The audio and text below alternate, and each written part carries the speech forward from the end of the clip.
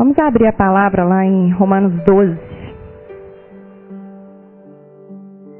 Essa semana Deus trouxe uma frase ao meu coração que eu creio que que não é apenas para minha vida, mas é para a nossa vida como igreja. O nosso pastor tem profetizado muito a respeito que esse ano será um ano da colheita nas nossas vidas. Eu creio nisso de todo o meu coração. Mas essa semana Deus me falou uma frase assim: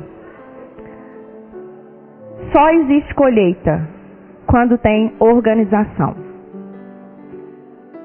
E essa frase tem assim ardido no meu coração porque ele tem me ensinado muito.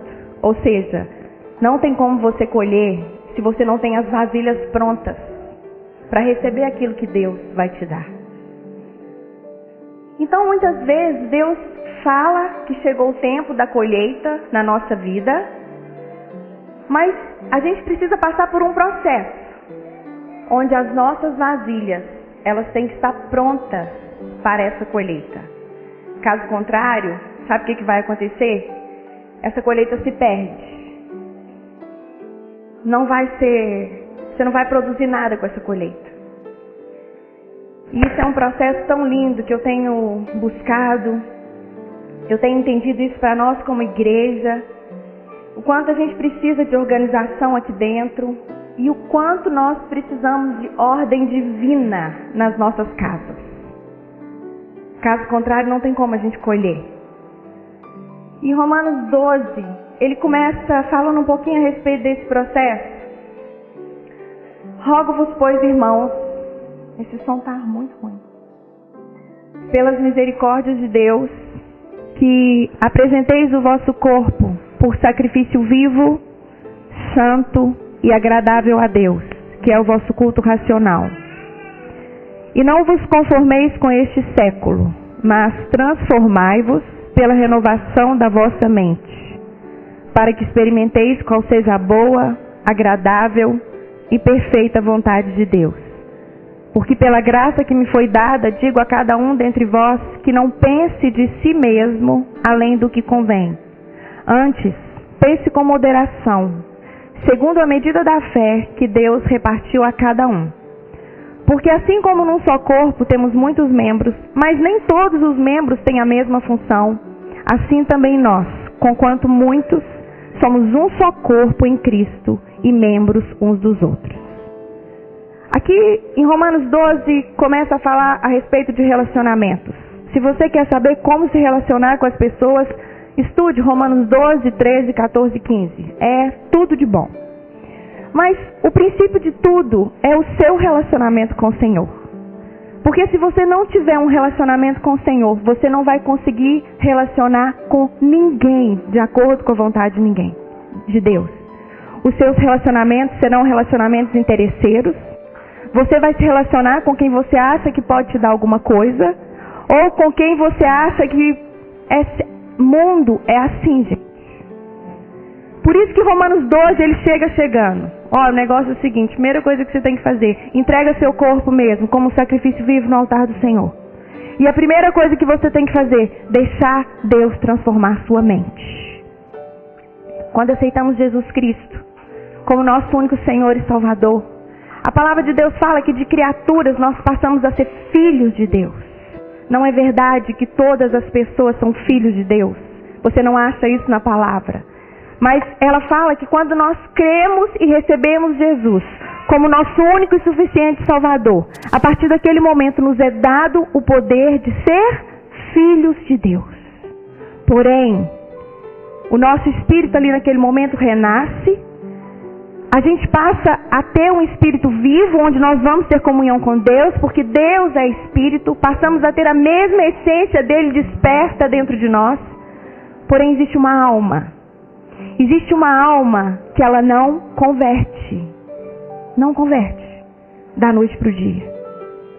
Quando você aceita Jesus, o seu espírito vivifica na hora, não tem problema mais nenhum com o seu espírito. Porém, nós não somos apenas o espírito, nós somos um espírito, nós habitamos num corpo e nós possuímos uma alma. E o que acontece? Nós precisamos desenvolver a nossa salvação com temor e tremor, Porque existem muitas memórias dentro de nós que, se a gente não colocar para fora, muitas vezes confessando o nosso pecado, o que está escondido dentro de nós tem poder sobre nós. A palavra de Deus fala que felizes são aqueles que confessam os seus pecados, pois são curados. Curados. Não existe. O processo de conversão da alma é quando você entende que tudo que ficou para trás precisa ser confessado, para que você, a partir daquele momento ali, comece a viver o novo de Deus. Muitas pessoas falam assim, mas por que eu estou tentando, por que as coisas não acontecem? Sabe por quê? Porque você ainda não começou a plantar para colher as verdades de Deus para você. Até 3 semanas atrás, para vocês terem ideia do quanto a alma é perigosa. Eu tenho 19 anos de relacionamento com o Marcelo, 18 anos de casada, só que eu passei pelo processo de um primeiro casamento onde eu fui abandonada, eu e Larissa, e até 3 semanas atrás eu sonhava que eu estava sozinha. E eu acordava, o Marcelo já sabia do meu sonho porque eu grudava nele. Ele falou, amor, até hoje. Mas há 3 semanas atrás, o Senhor me deu uma palavra. Eu acordei falando, Senhor, ainda que eu não tenha o Marcelo, eu tenho o Senhor para sempre. E eu não vou sonhar mais que eu estou sozinha, porque eu tenho uma promessa de Deus, que ainda que uma mãe se esqueça do filho que amamenta, o Senhor disse que estaria comigo todos os dias até a consumação do século. Já vai para quase 4 semanas que os meus sonhos acabaram. Sabe por quê? Porque nós precisamos trazer à memória aquilo que nos dá esperança. Tudo começa pela nossa mente. Romanos fala, não vos conformeis com esse século. Não se conforma com aquilo que você tem passado. Não se conforma com o seu passado. Não se conforma com as coisas que aconteceram para trás. Mas confessa e se posiciona e fala, eu sou filha ou filho de Deus. A partir de hoje, Deus está escrevendo uma nova história na minha vida. Eu não sou mais aquilo que eu era, porque quando nós não trazemos à tona, entendemos a necessidade de trazer conserto e começar uma mente nova. Sabe o que acontece? O nosso passado tem poder de destruir o nosso futuro. E a colheita não chega. Ela não chega. Ao mesmo tempo, você tem que o quê? Transformar a sua mente através de quê? Da palavra de Deus. Da palavra de Deus. Você precisa começar a comer a palavra de Deus. Porque a palavra é Jesus, é o verbo que se fez carne e habitou entre nós. A sua mente, para que você possa lutar contra Satanás, tem que ser a palavra de Deus. Aí você pode falar, Sérgio, mas isso já está resolvido na minha vida e não me larga. Ele nunca vai te largar. A coisa ruim é você que tem que mandar ele embora. As coisas ruins não te largam nunca. Você já viu que doença pega? Mas saúde não pega. Já viu saúde pegar? Doença pega. É um enguiço. Mas saúde não pega. Você não consegue pegar saúde em ninguém. Por isso que é de ruim, você tem que repreender da sua vida. E começar a profetizar uma nova história. Um novo tempo. Sabe? Na sua vida. E isso precisa vir sobre você. E ao mesmo tempo você tem que ter cuidado com o que Romanos fala aqui. Pela graça que me foi dada, digo a cada um dentre vós, que não pense de si mesmo além do que convém. Pense com moderação, segundo a medida da fé que Deus repartiu para cada um. Para de se cobrar por aquilo que o outro é do seu lado. Pare de se medir com outra pessoa. Eu me lembro quando eu comecei a ensinar a palavra de Deus, eu nunca me esqueço. E eu ficava olhando o pastor da minha igreja e eu falava, Marcelo, eu nunca vou dar conta de pregar igual esse homem. Esse homem sabe Bíblia demais, eu estou muito ruim. Marcelo olhava para mim e falava assim, filho, tem 50 anos que ele está no processo, você começou agora. Que soberba. Para de cobrar aquilo que você ainda não tem. Sabe, Deus nos abençoa de acordo com a medida da nossa fé. E o que aumenta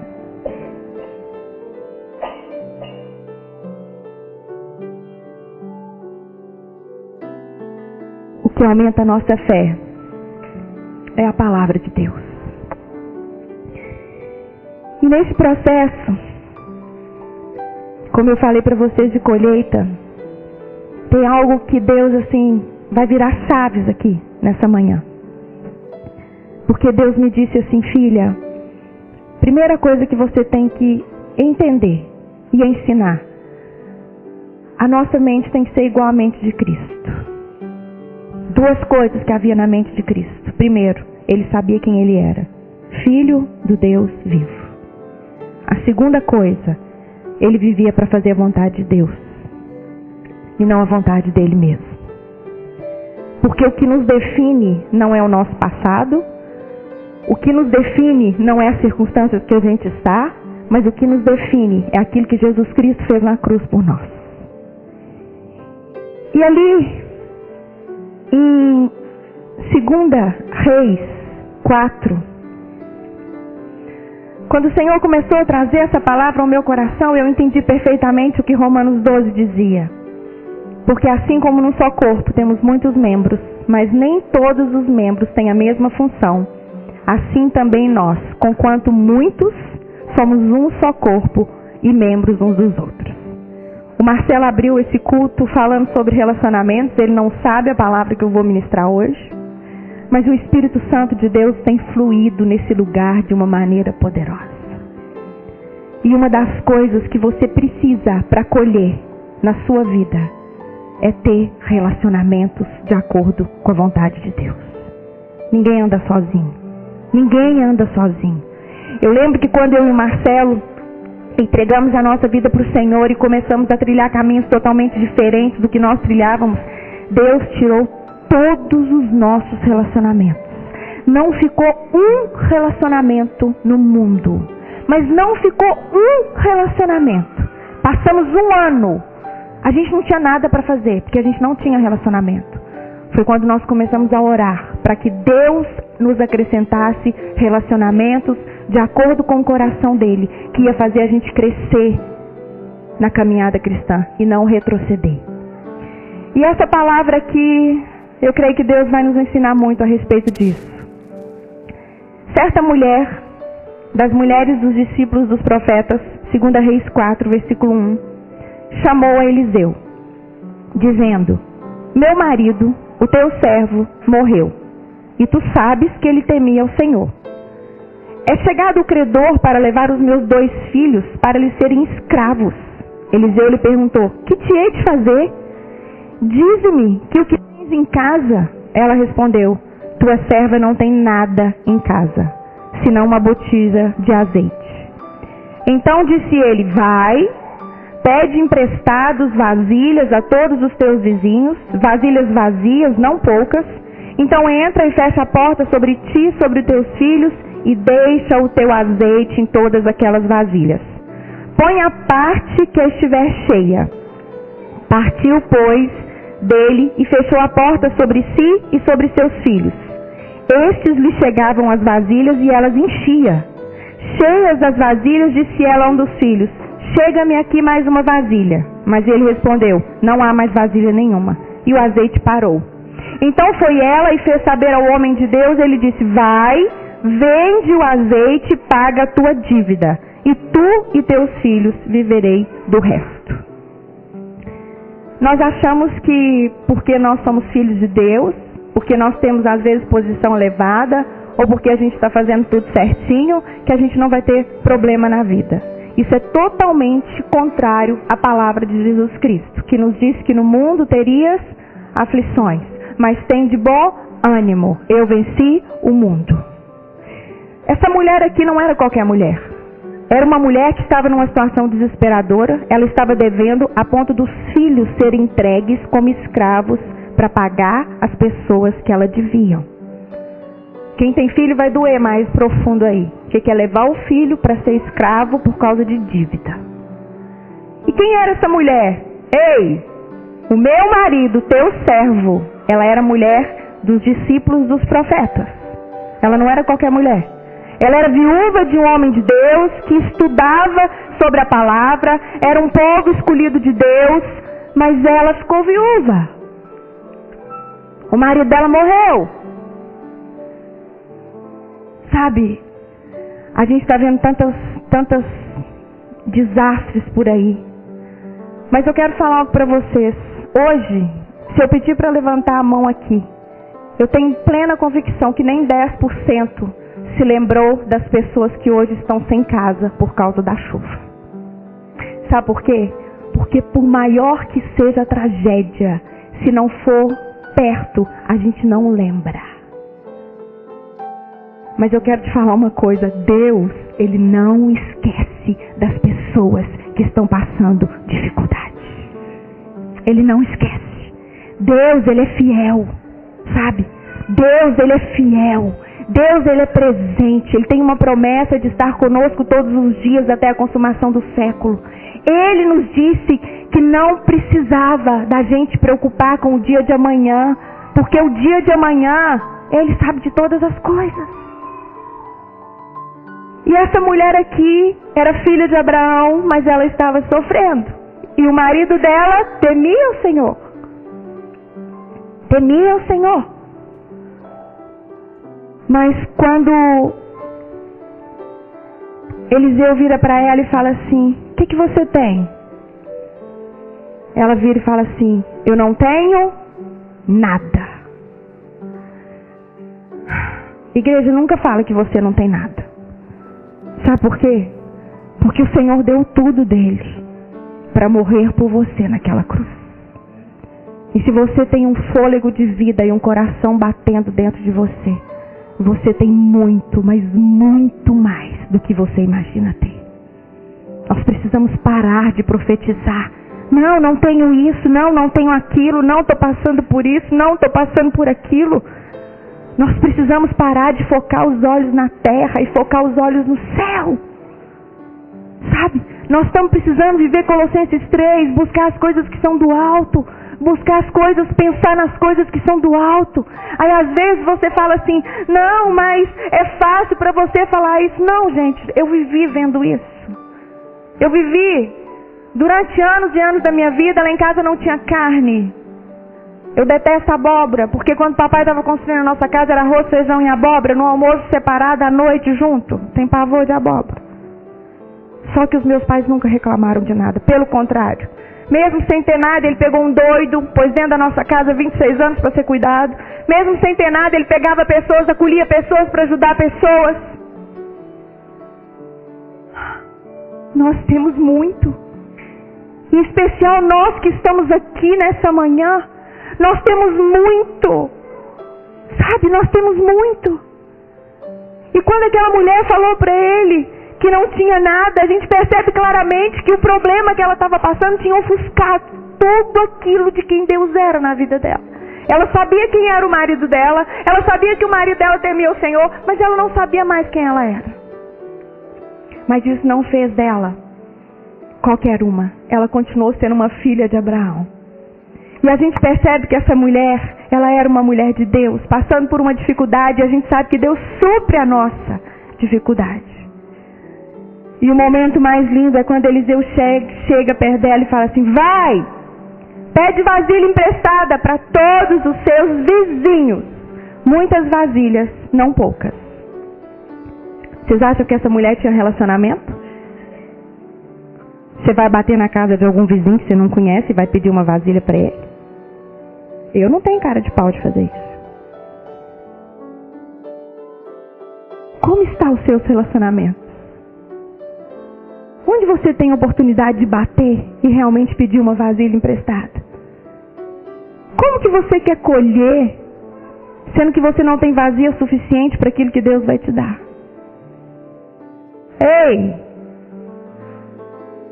O que Deus tem para derramar sobre nós não é para nós, é para servir o nosso próximo. Não é para nós. Tiago fala que nós temos pedido e nós não temos recebido porque nós temos pedido mal. Nós temos pedido para nos estribar naquilo que apenas produz prazer na nossa carne. Amados, Deus quer nos abençoar para a honra e glória dele, porque o mundo jaz no maligno e Deus está preparando um lugar lindo, maravilhoso para nós, onde olhos não conseguem ver, onde ouvidos não conseguem ouvir. E nós, como filhos de Deus, nós precisamos enxergar isso.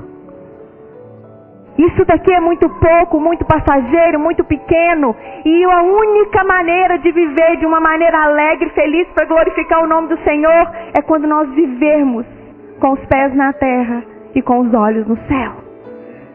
Não tem como. Não tem outra maneira, não tem como ensinar o contrário. Sabe, não tem. Nós estamos precisando sondar o nosso coração. Porque eu vejo tantas coisas para acontecer na vida de tantas pessoas, mas Deus está esperando falar assim: ei, para que você quer isso? Para quê? Para que você quer isso? Amados, vocês não têm noção que eu e o Marcelo temos escolhido nos últimos anos por causa de relacionamentos. Vocês não têm noção. O que é o poder de um relacionamento? Agora não adianta você querer relacionar com a pessoa achando que ela te vai... Quando Deus fala para você amar o próximo como a ti mesmo, sabe por quê? Porque um dia você vai precisar dele. E se você o amá-lo, você vai ter mais humildade para chegar e falar: me ajuda! Me ajuda! Amados, Deus quer nos encher.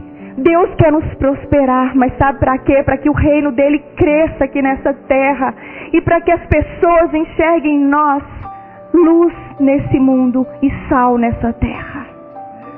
Hoje eu falei que hoje Deus me presenteou com algo tão lindo.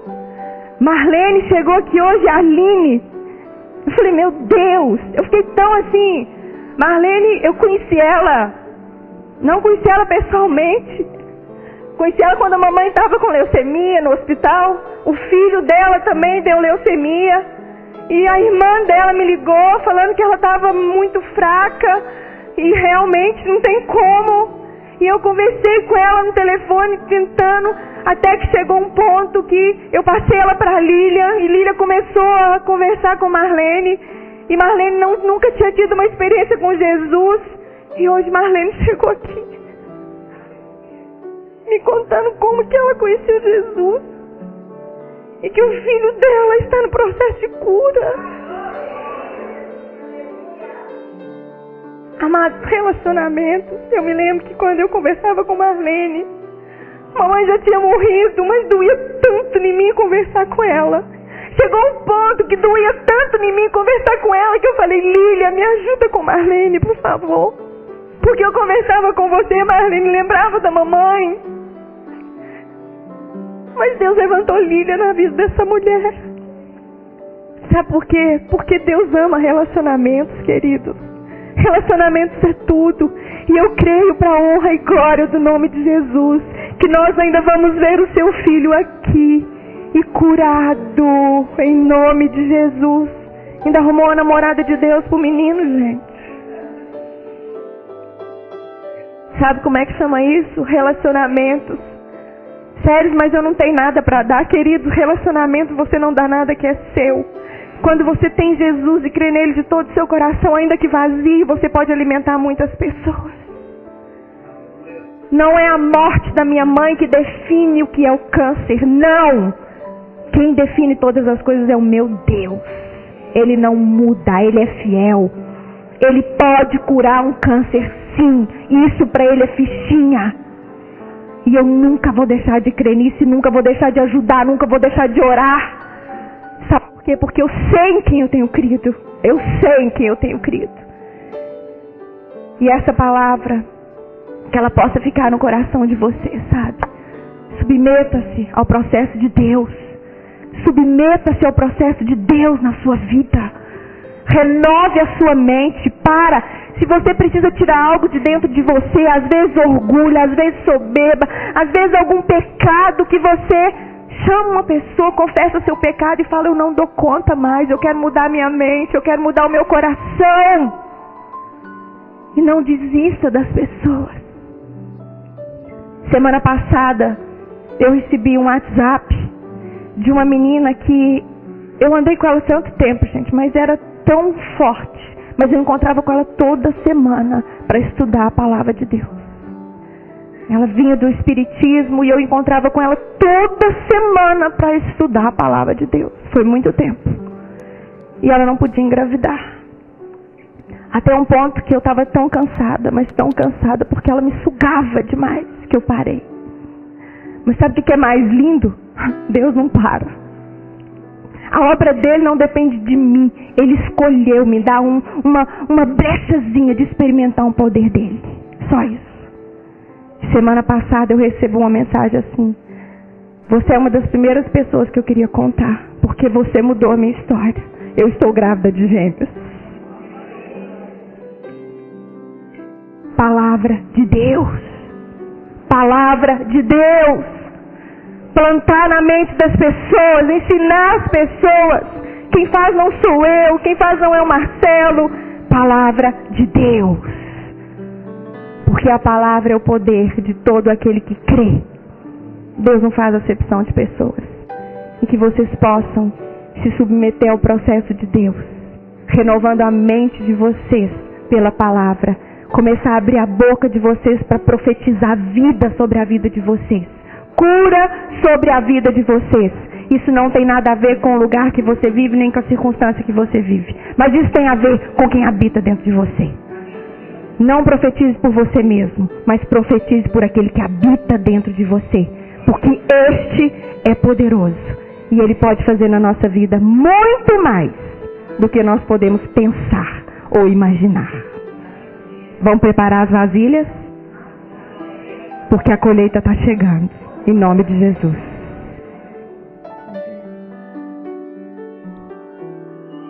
Porque a colheita está chegando. Em nome de Jesus.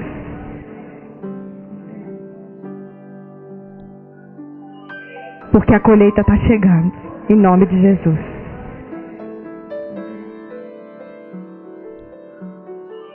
Porque a colheita está chegando. Em nome de Jesus.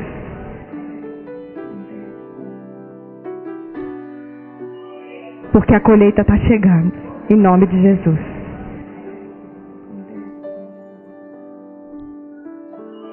Porque a colheita está chegando. Em nome de Jesus.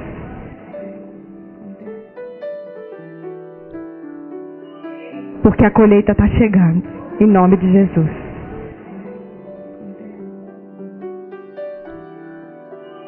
Porque a colheita está chegando.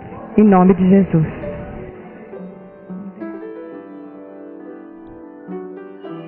Porque a colheita está chegando. Em nome de Jesus.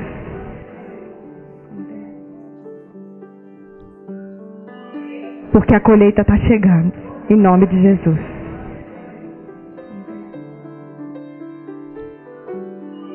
Porque a colheita está chegando. Em nome de Jesus.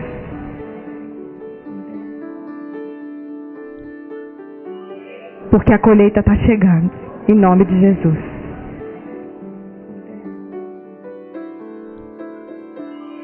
Porque a colheita está chegando. Em nome de Jesus.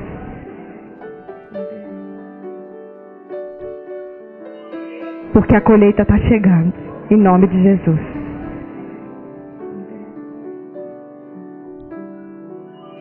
Porque a colheita está chegando. Em nome de Jesus.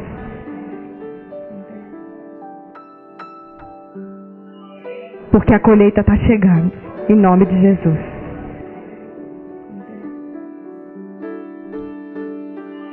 Porque a colheita está chegando. Em nome de Jesus.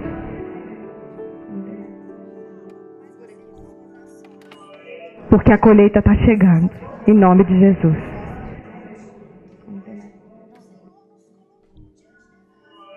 Porque a colheita está chegando. Em nome de Jesus.